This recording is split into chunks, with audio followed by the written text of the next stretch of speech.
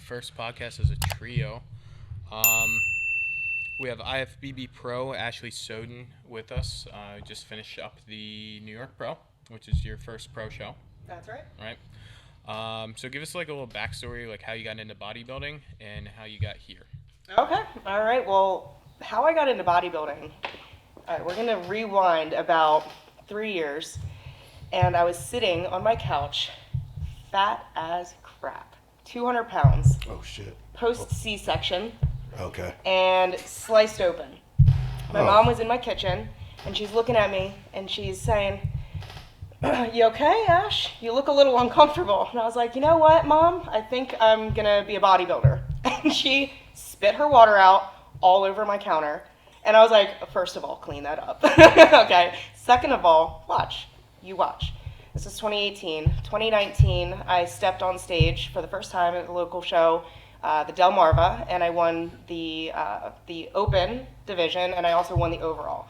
And that's kind of what set my trajectory in motion. I stepped on stage, got that bite for competing, and I was like, oof, man, I need more of this.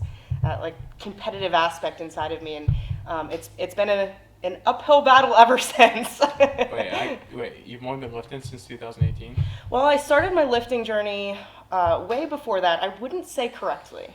I've been lifting for probably about 15 years now. Of that, I would say maybe 6 of that was lifting correctly, using proper nutrition, learning, adapting, growing, etc. from there. But yeah, I started bodybuilding itself in 2018. Starting, my prep, stepped on stage 2019, and here we are. And you turned pro at your first national show? No, I actually missed my pro card at my first national show. That was at North Americans. So I came in second place at North Americans, missed it. They were only giving out one pro card at that show. Lit a fire under my ass. Yeah. Like, you can't believe, because it was like I could taste it, And did another, went into an improvement season, came out, and then went into the NPC universe. And that's where I actually crossed over from figure into women's physique division. Came in second in women's physique division, first in figure, and got my pro card in both divisions. She's so good, she turned pro twice. We try. Do you have like an athletic background, like growing up? I do. So, man, I was an athletic plethora of sports of many types, if you will. So I was in gymnastics. I did softball for a couple years. I even played basketball when I was younger. It's a little odd because I'm vertically challenged.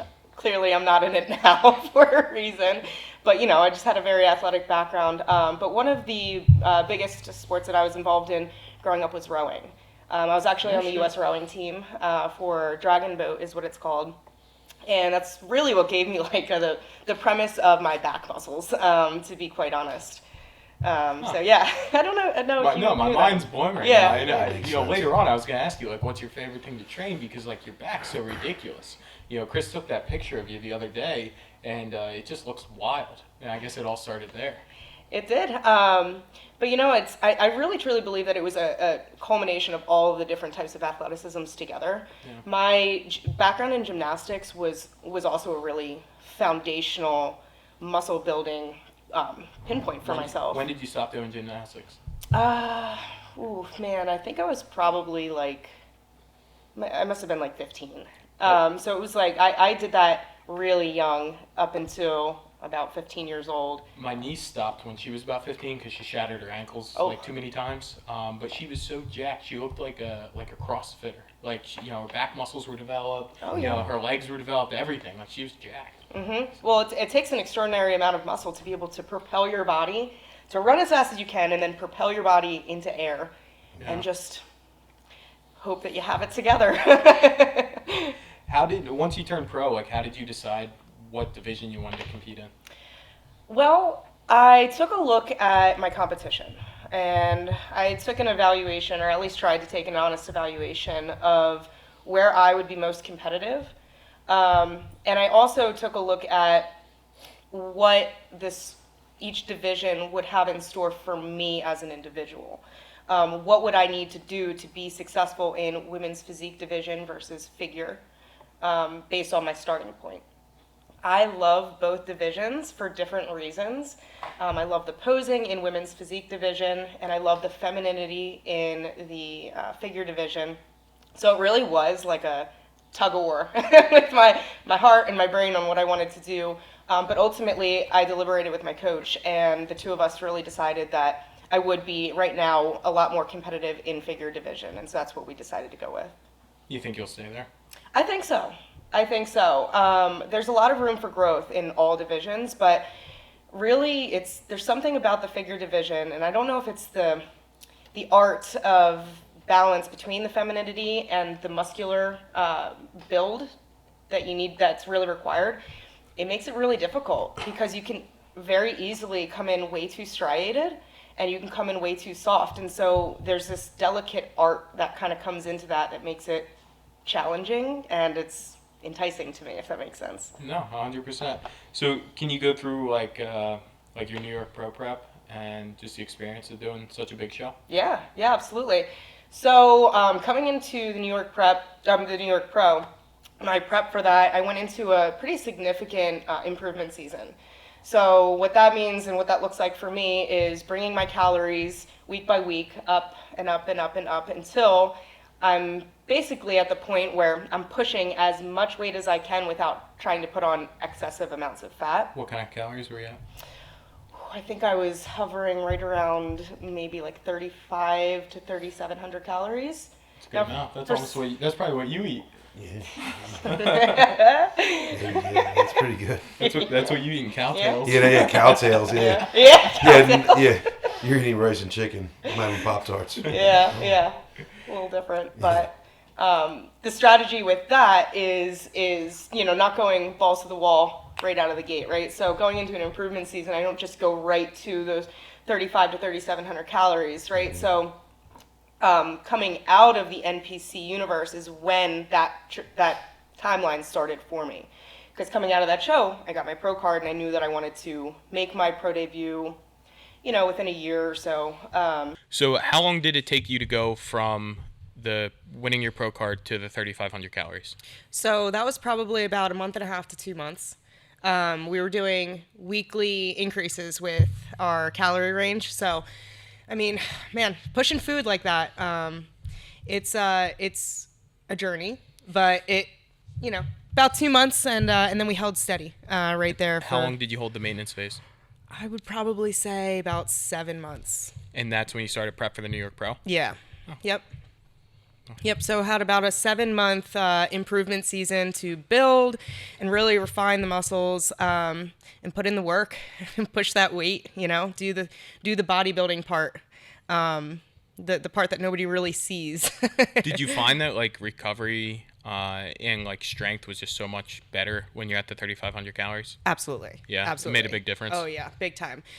There's really nothing like that peak off-season feeling of being strong and having all of the energy and being able to really dig deep into those reps and into the weight and be able to push that. When you get closer and closer to a show, it's hard because strength diminishes. So naturally, you have to try and really summon that energy from places that are just not really there. Right. That's the challenge. What about like food sources? Did food change at all? Like, let's just say during prep you eat chicken and rice, hypothetically.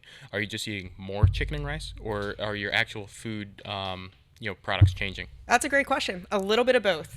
So depending on the week and how my body was responding and what type of increases we were doing, a lot of the times it would be just in the portion sizes. However, sometimes when we were changing the macros here and there in order to be able to bring those calories up, sometimes one of those like protein sources, for example, from chicken might be changed to like a lean red meat, like steak or something like that. Because it has a little bit more fat and right, you can get more exactly. calories in. So there's different strategic choices. For the most part, the changes first would come from the portion sizes, and then it would come from the food sources. So I really don't like, and this is a personal choice, I really don't like to have too much variety in my dietary, in my meal plan, because it's harder to stay on top of it, and it's easier to stay on top of it when it's the same types of foods. So for me, cooking rice in my rice cooker. It's like I just throw it best. in there. It's so easy. It God just bless becomes a that habit. machine, yes. Yeah. The they always talk about how like Mark Zuckerberg wears like the same plain T-shirt every day, and when they did articles on him on like why he does that, it's because he doesn't want to waste any time about having to think about what to wear. And for me personally, that's how I feel about food. Like I'll go 6 months without changing really what I'm eating, and my wife's just like, "How do you do this?" I'm like, "Well, I don't want to have to think about it," and it just makes life a lot easier. So I assume you're talking about kind of the same thing, right? Oh yeah. I mean, for me, it's about convenience. Yeah, it's easier to prep. Exactly. You find the foods that work and you stick with them. You know, if one thing isn't working for one person, there's more than one way to get protein. There's more than one way to get carbohydrates, right? So as long as you're eating the right kind of carbohydrate and you're eating the right proportions for what your body needs at the time of your goals, it doesn't matter really where you get it from as long as you're staying consistent. That's my approach, at least. Do you feel like certain foods work better, even though they might have the same macronutrients as others? I think it really depends. Yes. I'll say yes, but sometimes. Like, For example, like dairy products, a lot of times people have like an inflammatory response. So food choice wise, it may have, fats, protein, and carbs in there. Somebody who's macro oriented may try and work that in, but they may also have a bit of a higher inflammatory response throughout their body. So it's really individual. It's an individual journey to figure out what foods I think work best for each person. For me, it's a lot of chicken and rice. It's like the So simple. so simple, but it works. Yeah. So effective. Yeah. Do you have any foods that you don't digest well? And do you think digestion is like a part of it? Absolutely. I think digestion is key, right? So if you're putting things in your face, you're sticking food in your face, right? And your body's not absorbing it, what's the point? Right? And so what you want to make sure that you're doing is having maximum bioavailability from your food, that your body is actually absorbing, digesting, and transporting those nutrients. Now, it's a hard thing to do when you really can't fully measure that. So you got to look at other factors, right? Like your bowel movements, your energy levels, your stomach distension or lack thereof, whether or not there's any sort of bloating occurring. So there's a lot of different ways that you can measure this. And so, yeah, I do think that it has a big impact. I've officially given up on oatmeal. I hate oatmeal, dude. I love oatmeal. It's Really? one of my absolute favorites. It but tastes good. It fills you up. But God, does it not agree with me?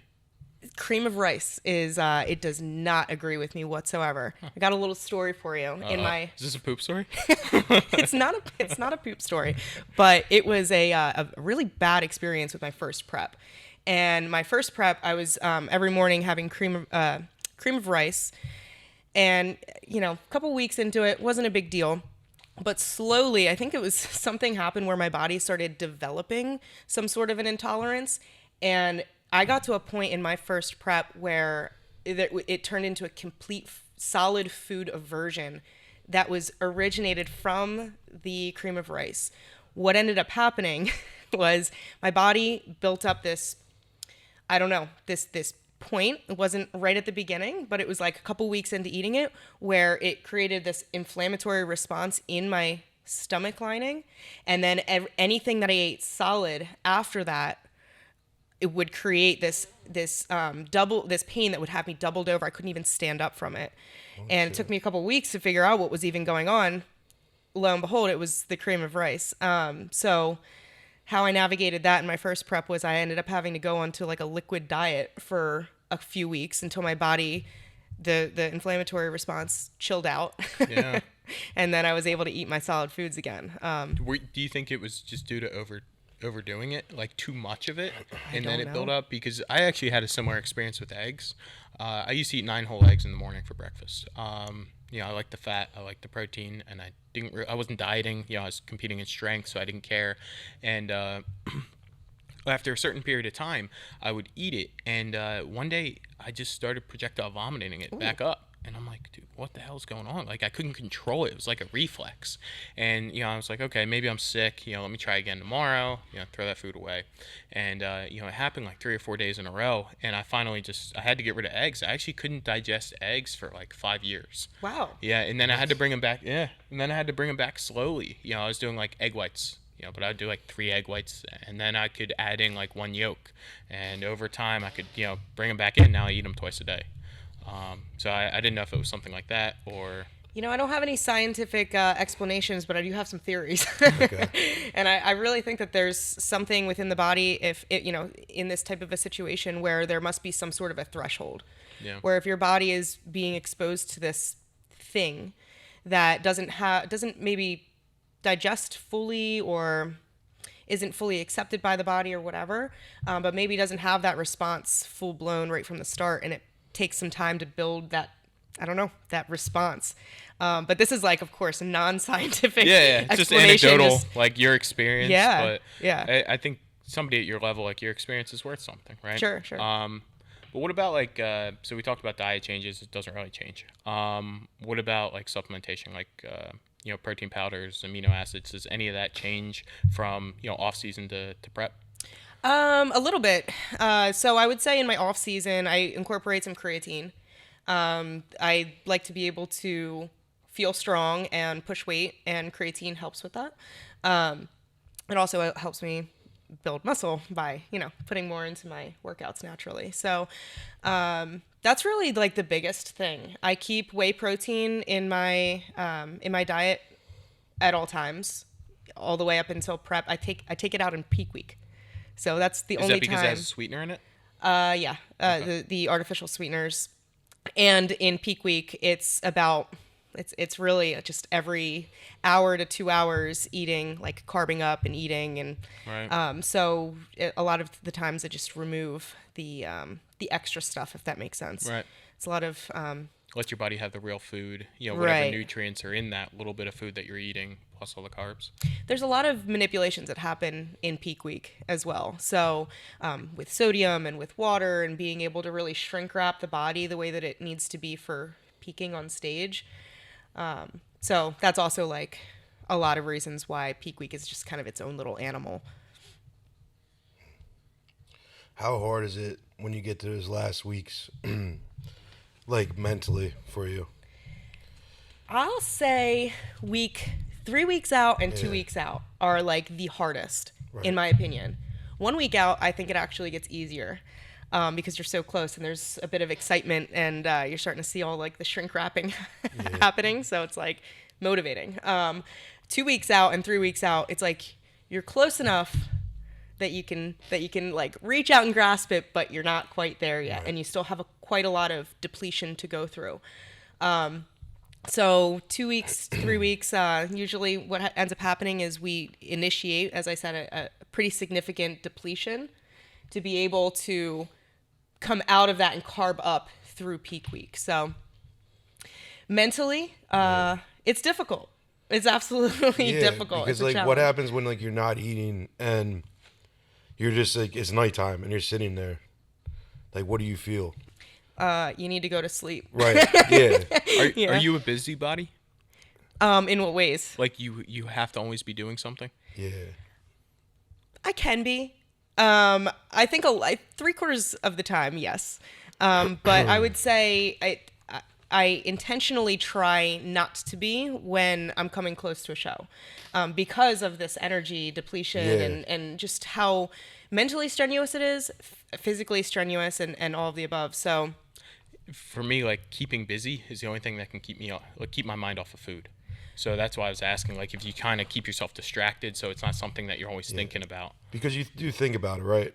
Oh yeah. Like a lot of people are like, oh, well, like you're bodybuilding now, so just suck it up. Like you chose to do this, But at the end of the day, like it is what it is. Like you're in a calorie deficit, and you're hungry. It right? is. It's cellular. Yeah. It's cellular. Your body is sending those signals of hunger because your body is cellularly depleted, right? And so your body it's craving all of the super sweet stuff. So let me give an example. Cravings at like, I am not a sweets person. Right. I really don't even have in a the sweet off season. Nothing. Not in the off season, really. I mean, here and there, like a bite of this and that, but like, if you have a box of donuts, I'll take a bite of it and be like, ugh, that's a little too sweet for me. It's just not really my style. Okay. Now, coming into a show, I will annihilate a box of donuts. Not saying that I do, but I would, like, up here, right? Yeah. And it's all from what's happening on the cellular level, right? Your body is signaling to yourself that you need carbohydrates, right? Sweets, sugars, not really my thing. Coming into a show, it's all that I crave. Why? Because my body is signaling to get those quick digesting sugars, the quick digesting carbohydrates, because my body cellularly needs energy. But knowing that helps, because then you can, take a step back and say, well, I understand what's happening here. I'm going to fight this process a little bit. I'm not going to give in to these signals that my body is now telling me I need this sugar. I can smell the sugar from across the room. Like, go eat it. But you can internally fight that when you know what's going on. You know that it's coming from a place of being on the right path. Because I'm not that serious, like I'm not competitive in bodybuilding. I just lift for fun and enjoy it. You don't say. Don't be a hater. I could be a men's physique guy. He's not a bodybuilder, guys. You heard it first. I could be a men's physique guy, you hater. But I like to experiment with things. I like to do extreme diets and all that kind of stuff just to play around. I feel like you learn from it, and the more you can learn, the more you can piece together, and you're just better off overall. That's quite the hobby. What the hell else am I gonna do? I just like to play around with diets. I don't know. This is my life, right? I go. That's true. But prior to last week when I went on vacation, I was completely carbless, other than an intra workout. You look great. I'm sorry, you look great. Thank by you. the way, Thank you. Too close. So wait, am I a bodybuilder or not? No, but he did. He did look good. I saw his pictures on Facebook. He was looking very nice. First the shade, then the Yeah. compliment. Yeah. Slide I in like with it. Like a real blushing real here. Dilf, you know what I'm saying? But go on, I'm sorry. But so in 2017, I had a good experience with a ketogenic diet, right?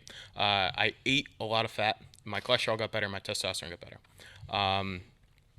I did that again prior to the last week when I went on vacation, right? So I went like 12 weeks without carbs, other than 25 grams during an intra workout. And then, during vacation, I was like, you know what? Fuck it. It's vacation, right? And like, I'm a human being. I'm not competitive. Like, it doesn't really matter. So like the first night, I just had a burger, right? That was it. A little bit of bread. Completely messed me up. But then after that, every night I had ice cream. And the more I had it, the more I wanted it. And like, I would think about it when I woke up. I would think, I'm like, where are we getting ice cream? I had it all planned out the entire day. I feel like I don't know if it's sugar or if it's carbohydrates in general after, being deprived for so long. Because prior to going on vacation, I didn't need anything. Like, I could go get my wife ice cream and bring it home and not want any of it. And, but once I had it, I just needed it. Like, do you think there's any type of like, steamrolling interaction there? I think there's probably multiple things happening. One, you put yourself into a state of depletion. So what happens when you break that is your body releases ghrelin. So it's like stimulates the hunger, that satisfaction, that feeling of being satisfied from eating what you're eating. And then the sugar, specifically like the type of sugar that you're eating, is almost like a drug. Yeah. Like, it releases so much dopamine in the brain, especially when your body's not used to it. So now you're also sensitized, and your body is having this like, reward pathway system where it's like trying to signal to yourself to get more. And it also could be a little bit of what we were talking about with the energy, right? So your body had a lack of carbohydrates. Now you have those quick carbs that come right in and shoot into your body, and your body gets that. It's like, ooh, man, we like this, right? Like, I mean, we're doing like these waffle sundaes. Oof. Like, we're doing all that stuff. So they have a place. We rented a house in Ocean City, New Jersey, somewhere just close. And there's a place that was down the block from us called Churn House. Okay. And they take ice cream and then they grind in cereal with it. So like, it was so sweet. You would love it, but it was just difficult for me to eat with how sweet it was. I go down to Rehoboth Beach, and they have like this place that will put a piece of cheesecake in your milkshake. Oh, damn. And blend it up. Yeah. Or brownie or red velvet cake. They'll throw it in there. That's what I do. That's Time to go off the deep end for a week again. Yeah. Yeah. But what's funny is Called the ice like, cream store. I thought that after that burger, like I thought the next morning, like, the carbohydrates are gonna fuel like my metabolism. Like I'm gonna look great. I look like shit. And then like I just progressively looked worse and worse each day after all that ice cream. So Sure, it sure. definitely didn't help me at all. Well, also the type of carbohydrate that you're putting into your body being a sugar. A couple days after a competition, for example, once we get some sugar in us as us competitors, a couple days later is typically when there's a film of water. And so with high sugars always come water retention.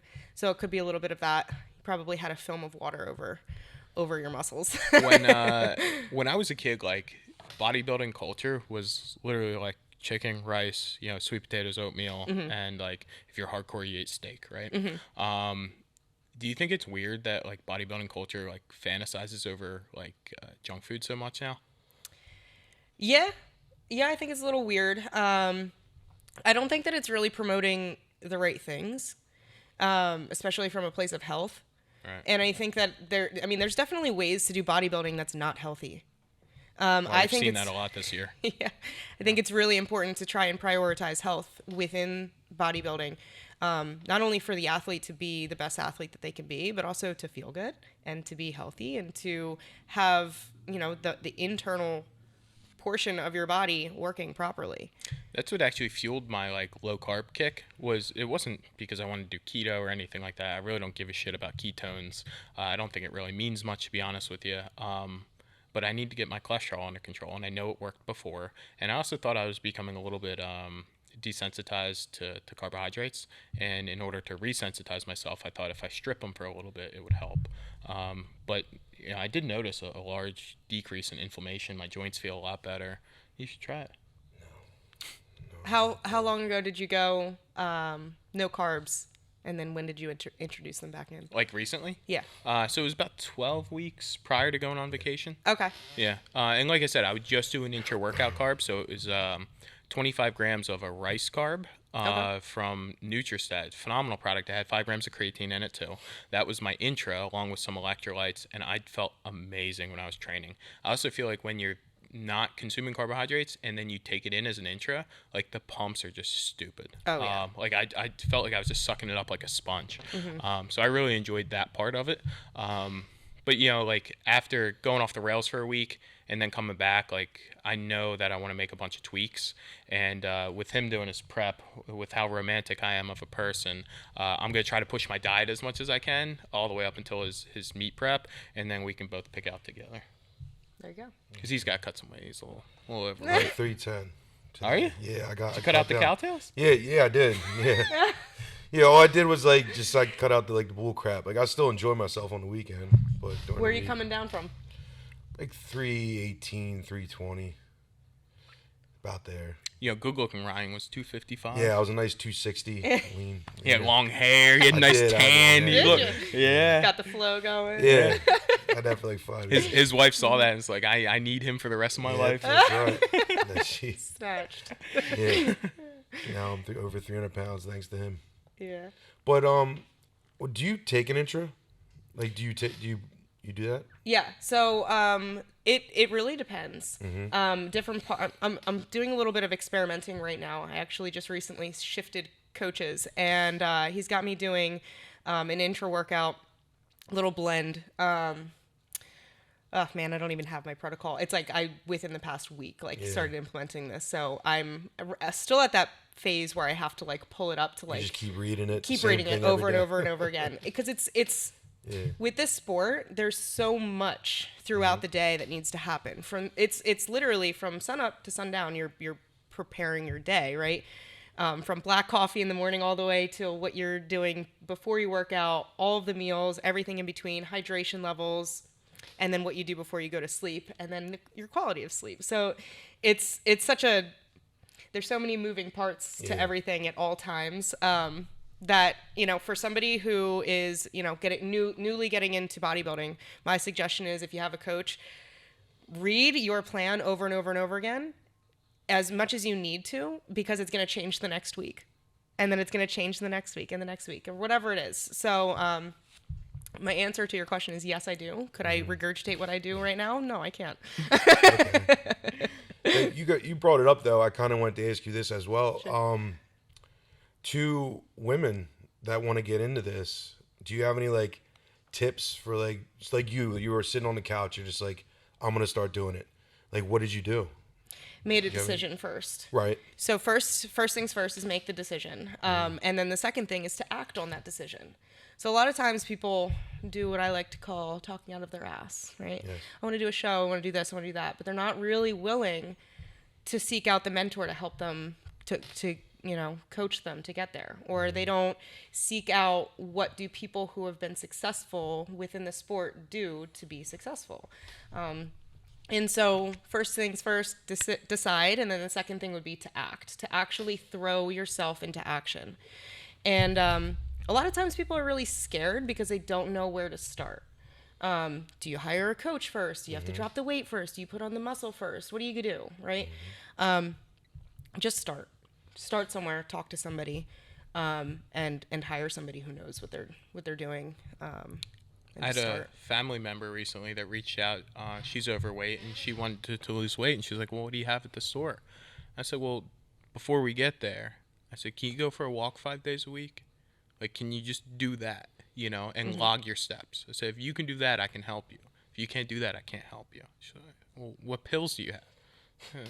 Listen, like, can you just go for a walk? Take your dog, take your baby, go for a walk, do whatever. But, like, I feel like that's, like, also a good like first starting point. Is just like getting some movement in. Oh yeah.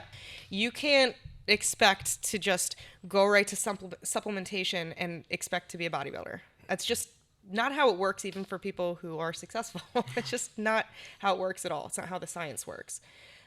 You have to be doing all of the right things through time, like not just a couple days. It's consistency and meeting yourself with that consistency every day, and trying to be better than you were the day before.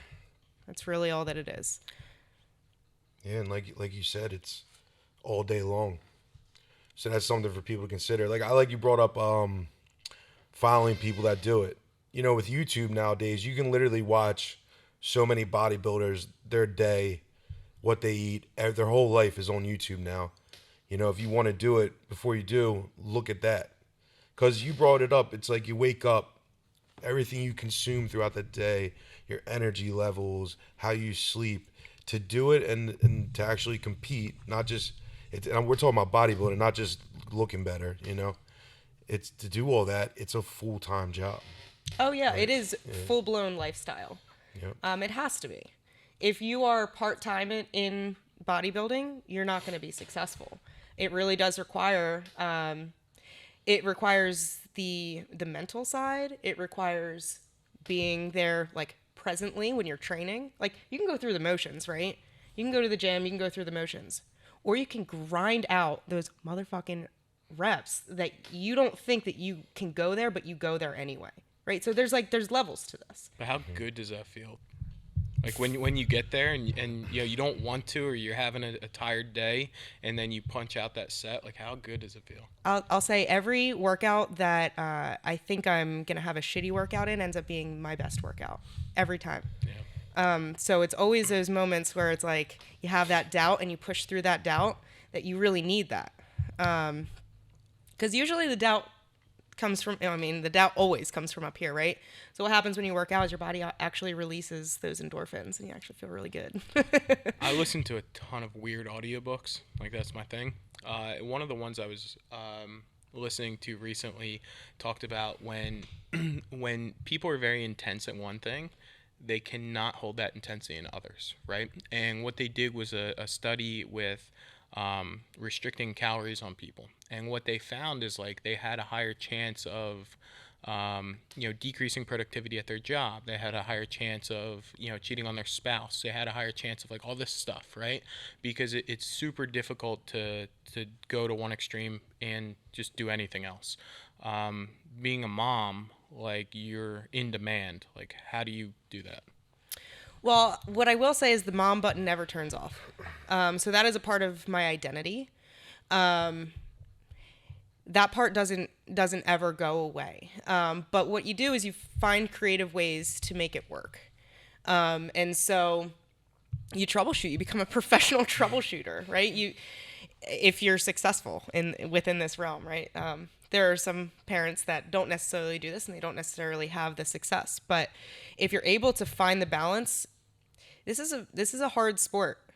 It's a hard sport without kids. If you have kids or young kids at that, they require attention and they require a lot of interaction. And there are days where energy is at an all-time low, and we got cranky kids who are at an all-time high, who need to eat and be bathed and want to play and need your love. And those things don't come secondary to bodybuilding, not to me. So my daughter is number one. But does that mean that my bodybuilding takes a back seat? Fuck no. No, it means I make it work. It means I find the ways to make it work. So, for example, my daughter, she has to be at school 9:30 in the morning. And so in the mornings, I wake up with her and I will take her over and I'll do my fasted cardio. I pay for the childcare there. We do that and come home, have some breakfast, and then I get her to school. I've had other people with the exact same situation tell me, oh, I can't do my cardio in the morning because I have to get my daughter ready for school and I don't have any help and I got to do X, Y, and Z. Okay, well, you could wake up an hour earlier. It's not that hard. I mean, so our daughter, Danielle and I's daughter, is just about 6 months. She'll be 6 months in a couple of days. And I'm not a huge cardio person. Like, I don't enjoy it personally. And then when I want to do it, I feel like where we have the treadmill will, like, maybe wake them up because I get up at 5 o'clock in the morning, so, like, I don't want to do it then. But every day I go for a walk. I put her in the stroller and I go for a walk, right? So, like, we're doing that when it was cold. We're doing it now. We'll do it again in 6 months. We'll probably do it again in 18 months. We have the little cart that hooks up to the bicycle, and Danielle will take her and put her in the back cart. It's basically like a jogging stroller, but for the bike. And what has happened is, like, activeness and, like, activity levels have become our lifestyle. Like, we're only 6 months into this, and our daughter loves being outside. When we were at the beach, like, she loved the wind being in her hair. She loved when we were putting her feet in the water. She loved, like, just sitting there and, the waves coming up to us and all that stuff.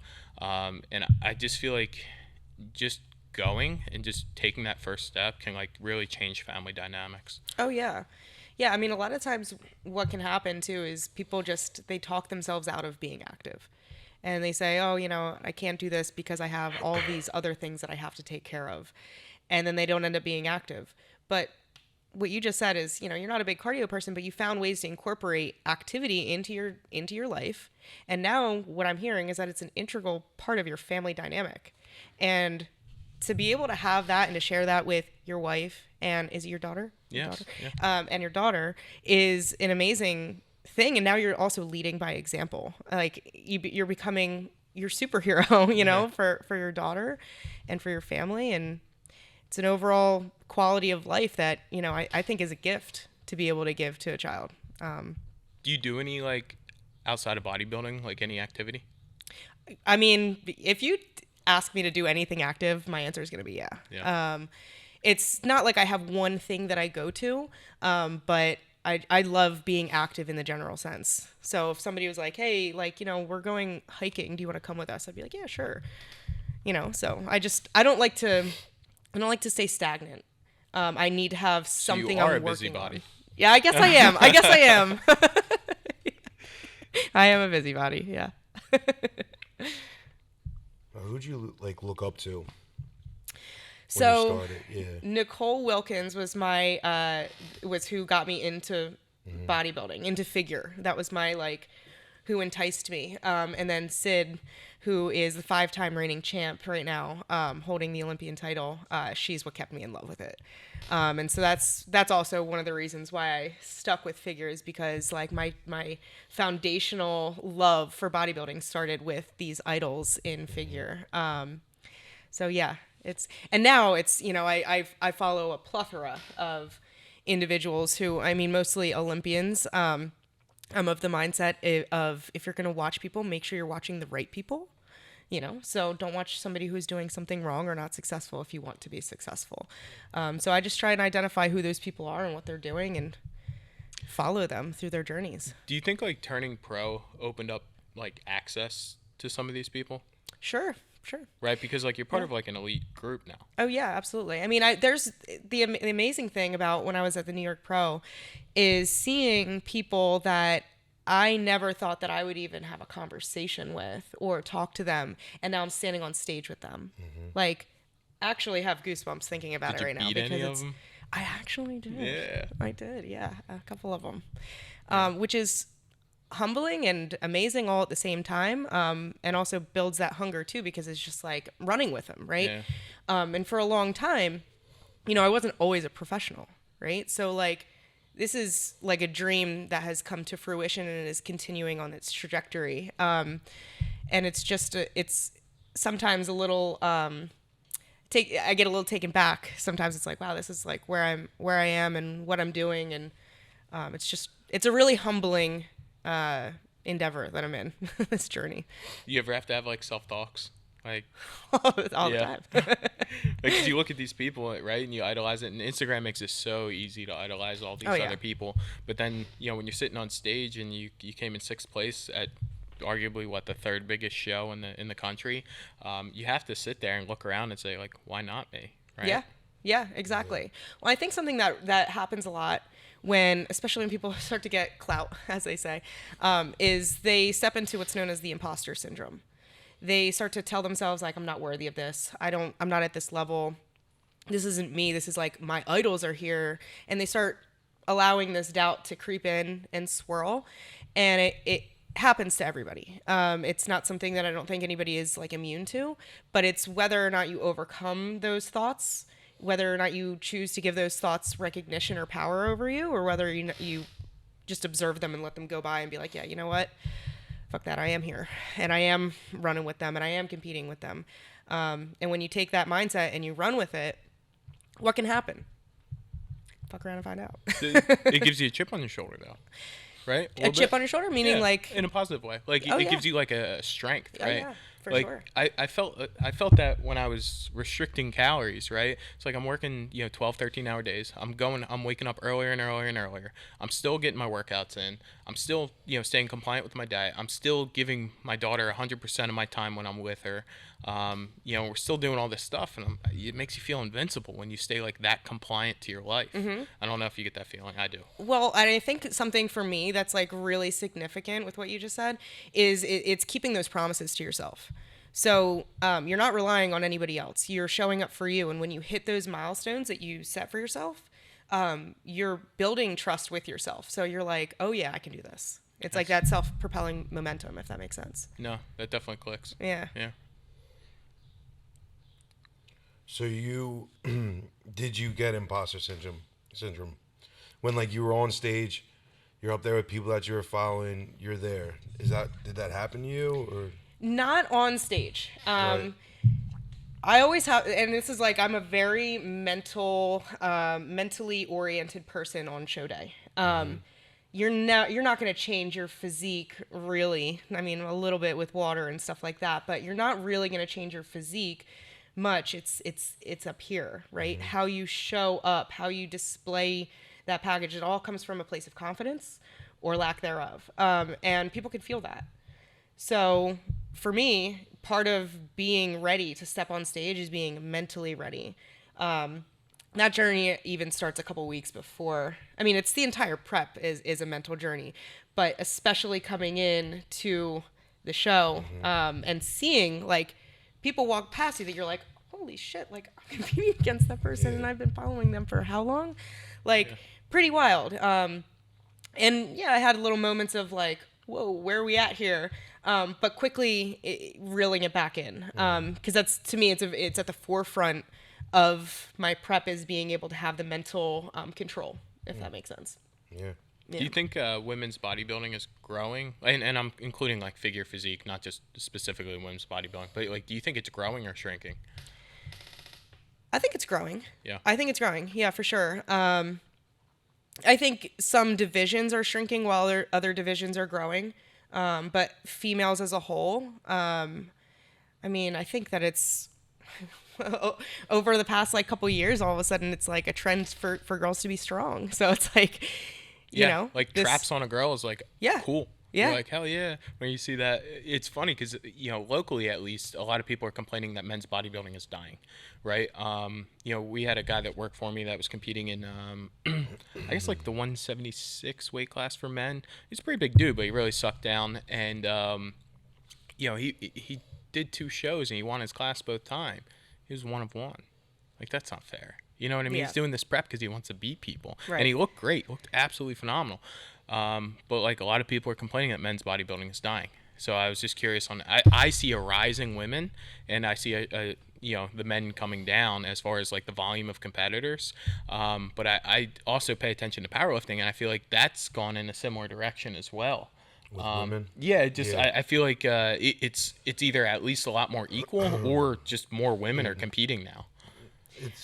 It's crazy, the women in powerlifting these days. Like the numbers that they're pulling in. Oh, they're so strong CrossFit too. Yeah. Holy cow. Yeah. It's very impressive. Very, very impressive. And it's new, right? Like strong women, kind of, no? Not strength-wise. I mean, like, you know what I mean? But like trending? Because of Instagram. Yeah. Yeah, it's trending, trending. exactly. Yeah, because Yeah. of Instagram. It's like women lifting weights. It's like kind of like new to everyone. Well, it's funny. I saw a meme that was like, and it's just this, little quote meme that it was like, hey, like when did all the girls get together and decide to be strong? Like, Yeah, exactly. just wake up one day and be like, yeah, we're gonna Like I lift some scroll weight. down. Yeah, like if you scroll down like my Instagram, like I'm gonna see there's gonna be like multiple women that are deadlifting over 400 pounds come up on my screen. You know what I mean? And it's just I think that's all your Instagram. well, no, it's everyone lifting, not just women. But I'm saying, Yeah, like, okay. It is. But it's just like I don't know. Like you said, it's like it's trending. I think CrossFit helped accelerate Oh, that. yeah, like, for sure. The women don't wear a lot of clothes, right? They show off their muscles, and it just became ripped. incredibly cool. And like sometimes when you see some of the girls and they're just in a sports bra and shorts, like they could be bodybuilders. Like they're not that far off. Some of them. Yeah, no, yeah, they're pretty jacked. Not like you jacked. Yeah. But What can I say? What was your hardest body part to grow? Legs are always hard. Okay. They don't come naturally big and lean on me, so it takes a lot of work for me to get them lean, and to also keep size while keeping them lean. So that's actually one of the areas that I'm going to be working on for my next in my next off season, which I'm going into right now. Is to grow the legs a little bit more, specifically from the posterior side, hamstrings, glutes. Are you trying to enhance your legs through volume, through weight, like through just frequency? Like how are you? All of the above, baby. So All how of many the days? above. How many days a week are you gonna train legs? How many days am I training legs specifically? Yeah. Break it into probably about 3 different leg days, but it's not full leg days. So one day is like very hamstring and glute focused, whereas another would be quad focused, and then the third one is full leg. Why are you doing it that way? Overall volume, frequency, and just recovery time. Now, each individual workout is a little bit different. So I may be pushing a little bit more volume one of the days, whereas another day I might be pushing a little bit more weight. There's different ways to stack it, but I try to keep my body guessing and just fueling my body with the right foods. It really comes from the food side.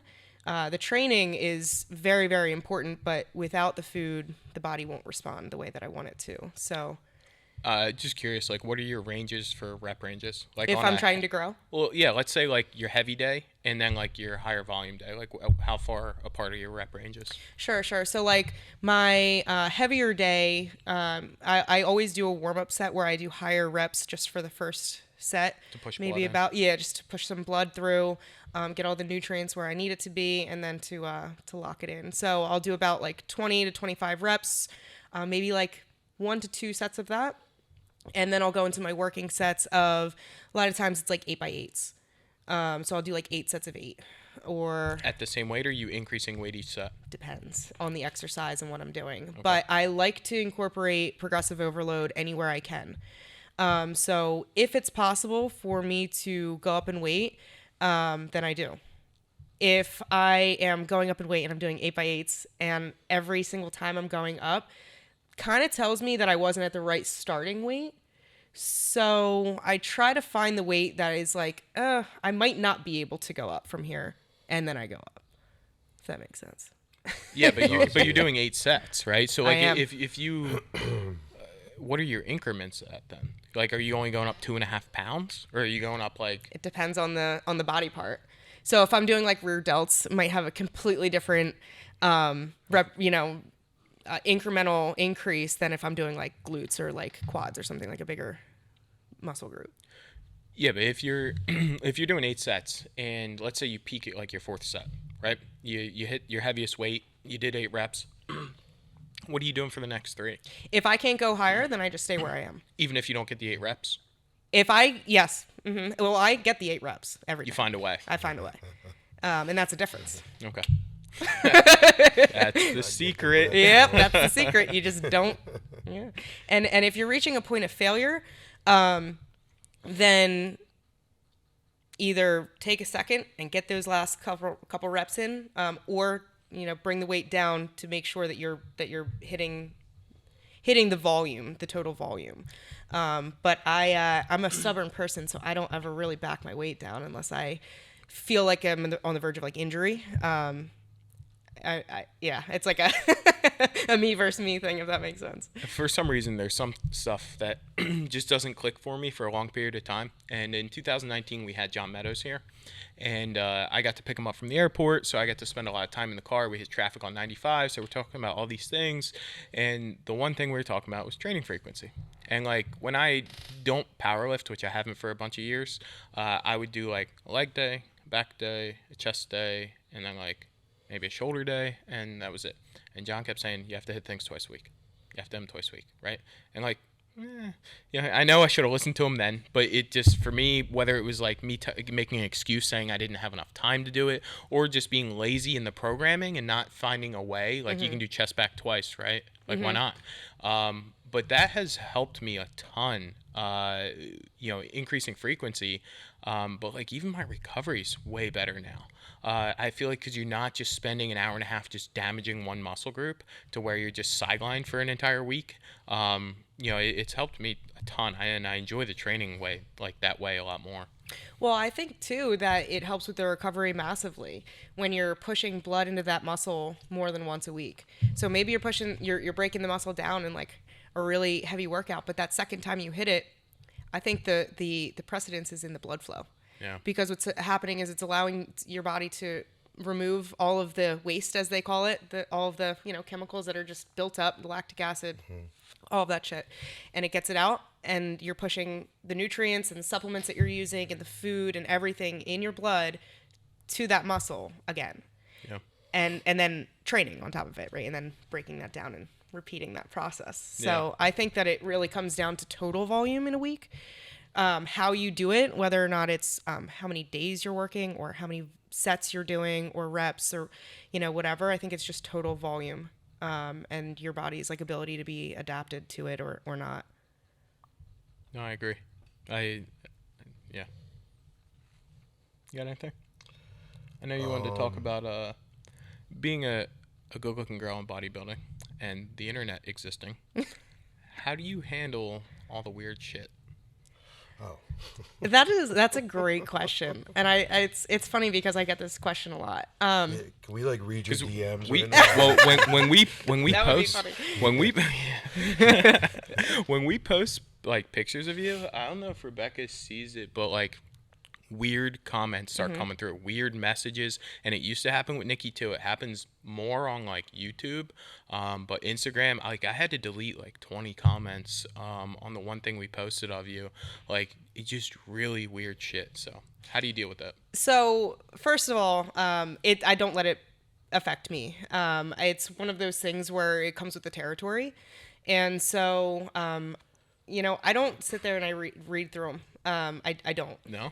It's once in a while. I would. Like, I feel like hey, it's like a car accident. Like you have to look. Let's see what's going on. Every once in a while, you take a look, and you get both sides of the spectrum. You get people who are rooting for you. You get people who are doing the throw up faces and everything in between. And so, it's the internet. What do you expect? You start getting more recognition and more publicity. You're gonna have a diversified audience.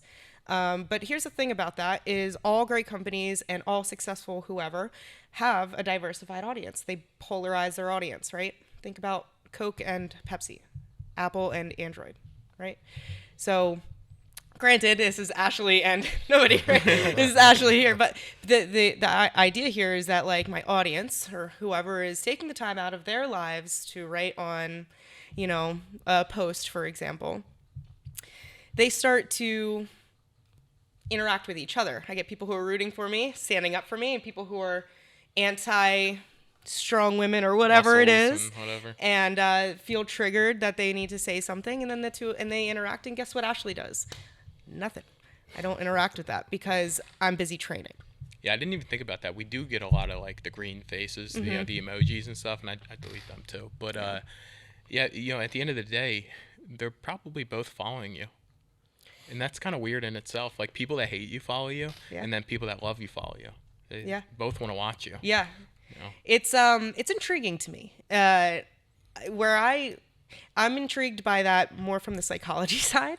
I'm just curious. It's like human nature, like curious about what? Human nature in general, like the.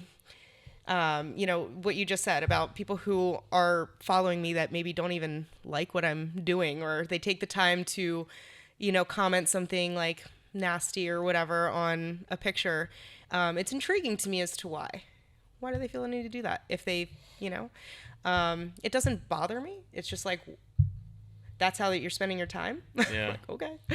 I just think it's weird for somebody to post like, I think social media in itself is weird, and I still have like issues with it. But like, why go out of your way to like make somebody feel bad? Like, that's just strange. I'm sure we could sit here and psychoanalyze this shit all day. You're not that kind of person, so that's why you can't understand it. Yeah. Well, and the thing though is that like, you know, at the end of the day, somebody commenting something that's not positive is only a projection of their own insecurities, and so knowing that, it doesn't affect me. Yeah. It only affects their time, not mine. I like to say it in person. Like I always tell Ryan, like you're lazy and you have bad habits. Like I'm not. Well, actually, I did comment on your Instagram. You reposted that the other day. He'll slide in my DMs talking shit. I always do it from the company one, just so that way he doesn't know like who it is. Yeah. But like he I knows know who it's me. it is, dude. I know who it is. You're not tricking me. Yeah. He's in prep for a powerlifting meet, and he squats 3 inches high. Like, how do you do I that? was Like, tight. you have tight. 3 jobs: squat, bench, deadlift. How do you fuck that up? I was very tight that day. Apparently, I didn't stretch that week. I was busy. Do you stretch? I do. Yeah. Not as much as I should. But it's something that is really, really important to my recovery process. Right. Yeah. I say not as much as I should because I always feel like I could stretch more. I also don't usually skip it. It's just, you know. I'm thinking about yoga. Yeah. Hey, listen, your hips could use it. Yeah. He's the biggest guy with the smallest hips. Like when you see big guys in powerlifting, they stand like an elephant or a rhino, you know. And this guy, not quite. What do you mean? I'm just saying you got weak hips. I have man. like a wide stance. Nah, dude, you stand with your feet together, like a penguin. Do you have like a favorite cereal? A favorite cereal? Yeah. I'm not. If I can really... ask like random questions right now, I hear you, but I'm just asking. I'm curious. Probably Cinnamon Toast Crunch. But I'm not a That's huge what I had in my ice cream. Yeah. That's why I was so fucking I have Cinnamon Toast Crunch oatmeal. Dude, I felt diabetic afterwards, though. I'm sure. It was just too much. You have Cinnamon Toast Crunch oatmeal? Yeah, it's not that good, though. But it has, like, the Cinnamon Dust, like, packs to put on top of the oatmeal. So it's just sugar and Sam's cinnamon. Club. Yeah. What? So it's just sugar and cinnamon that you put in your oatmeal? oatmeal? I'm eating oatmeal, so it's like, you know. So you're feeling healthy. Yeah. There you go. Yeah, what, do you have, like, a favorite cheat meal? Yes, but it's not really unhealthy. It's just a lot of food. Sushi. Yeah. I get those big big things of sushi. And I really feel like I could eat like unlimited amounts. Sushi's good. That's how I feel about steak. Like a good cooked steak. That's all that I need in this world. Yeah, like, that's how I feel. I don't need like the sweets and stuff like that. Like I'm craving that right now just thinking about it. Like a salty grilled steak. Dude, it's weird. My whole life growing up, I was never a sweets guy. Like when the Easter Bunny came to my house, he'd bring beef jerky. That's awesome. Like, that's so hard to believe. Nah, and like when I got older, I'm like, I don't know what it is. Like now I'm like a freak for like donuts and shit. It's because you're a power lifter. Is that what I it know. is? I think it's the culture. So It's the culture. When I started at Penn State, I was really into bodybuilding, right? Like Frank McGrath, Branch Warren, like I thought they were, you know, the shit. The way they train, they were hardcore. Well, they are the shit. Well, yeah, Branch is the shit. Yeah. That's cool. I don't know either of them. I don't know either of them either, but I watch a lot of YouTube. Go on. But I ate super clean. It was very easy for me. You know, if I wanted a cheat meal, you know, I'd put a little bit of cheese in my eggs. Like I love that's cheese. what that was. And then I joined powerlifting because this guy at the local YMCA said, "Oh, Penn State has a powerlifting team. Like when you go up there, you should join. You're strong." I'm like, "Okay." So I joined that team, and all we did as a team was eat shit and drink beer. Like that was it. Everybody's diet was absolutely atrocious. And then like I did that for, you know, about 2 years, and it just kind of like stuck with me. I mean, I was spending $250 a week at Sam's Club. I was drinking a gallon of whole chocolate milk every day, every single day. I would shit all over the wall. No, if I drank a gallon of chocolate so milk. my roommate had IBS, and then I have was IBS. and then I was eating like that. So the two of us were man. occupying the bathroom 24/7. It was awful. Dude, that's another thing about getting older, because like now I'm 34. It's like things that I used to eat, I can't eat anymore. Like you were talking about like healthy things. I'm talking about like buffalo wings. Like I can't eat buffalo wings anymore. Like it's like if I do, I have to prepare myself with like Tums, Prilosec OTC. Like I got a whole regimen for like the next day. Yeah. So age actually factors into that too, right? Oh, sure, sure. I think it's just your intestines like Yeah, they're yelling at you screaming, for bro. all Yeah. the years of abuse. I don't even know What are you what. doing? Yeah, I'll say this. I do take rice better. I learned that I do. I think everybody should experiment. You know, years Yeah. ago when I actually used to post on Instagram and stuff, I found that white rice bloated me. So I switched to brown rice, opposite and for me. like I had a noticeable difference, even though the macronutrients, you know, levels would be exact same. I feel like everybody should do that. Yeah. Like, Do you go to the gut doctor too, right? They And they'll have test it. they have testing that you can do, DNA testing, to see how receptive you're switching rice is like $2. So switching rice. yeah. Oh but yeah. do it yeah, yeah. yourself. Hold on, listen, hear this out. This is good stuff. Go on. Oh, I was, thanks. Yeah. I was just gonna say that they have testing that for not just for rice, like for anything really, Yeah. for like fats, what types of fats, like different types of food sources, like different food intolerances, and Right. maybe not an intolerance, but how like receptive your body is to actually digesting it properly.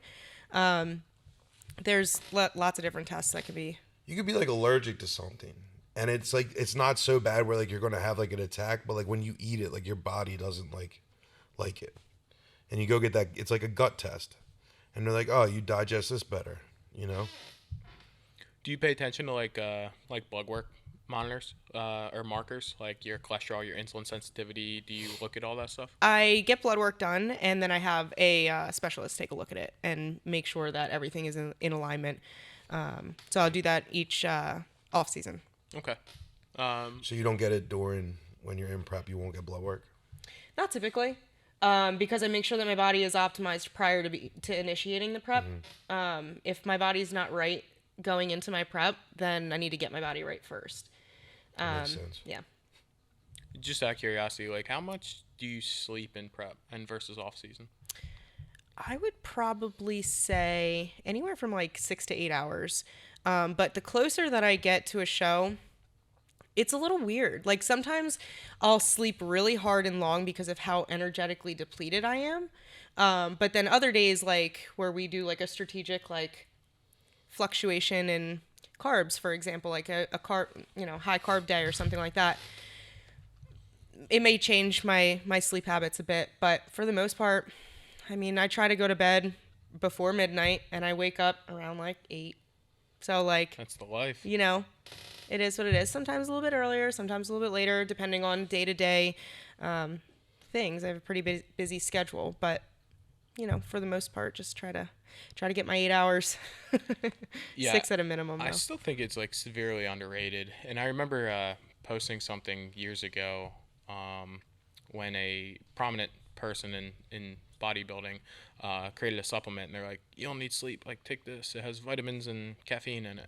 And I posted something on the internet, and then they ended up seeing it, and that didn't go over well because I thought I was trashing their product, but I was actually just trashing their marketing. But aside, when I competed in powerlifting, it was a natural federation, right? And all I had was sleep and food. I said natty. Yeah. I It goes just- again, The dude. second time. But that's all you have, right? Yeah. So like And creatine. and if you're dialing in your diet, like maybe you can manipulate your body's like insulin secretions, to help with muscle growth and timing and that kind of stuff. But like you really have two tools in your arsenal. Oh, yeah. And sleep is just so valuable. And I think if we were to, as like a bodybuilding society, even though I'm not in that group, if we were to focus on that, I think a lot of the health issues would subside, and I think people would look better too. Like overall, I think their bodies look worn out at younger ages now.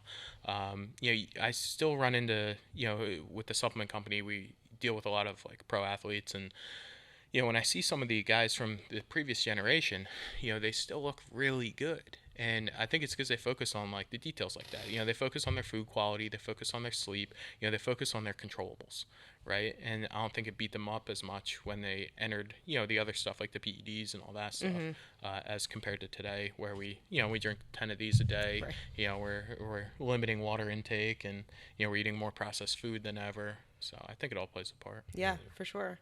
And running all of those types of like stimulant type of whatever it is, whether it's these energy drinks, coffee, caffeine pills, whatever, that really wreaks havoc on like the body's adrenal system and the ability for your body to like fully recover. So when you try to source your energy from more natural places, like your food first, and then introduce supplements afterwards, that is a better approach, in my opinion.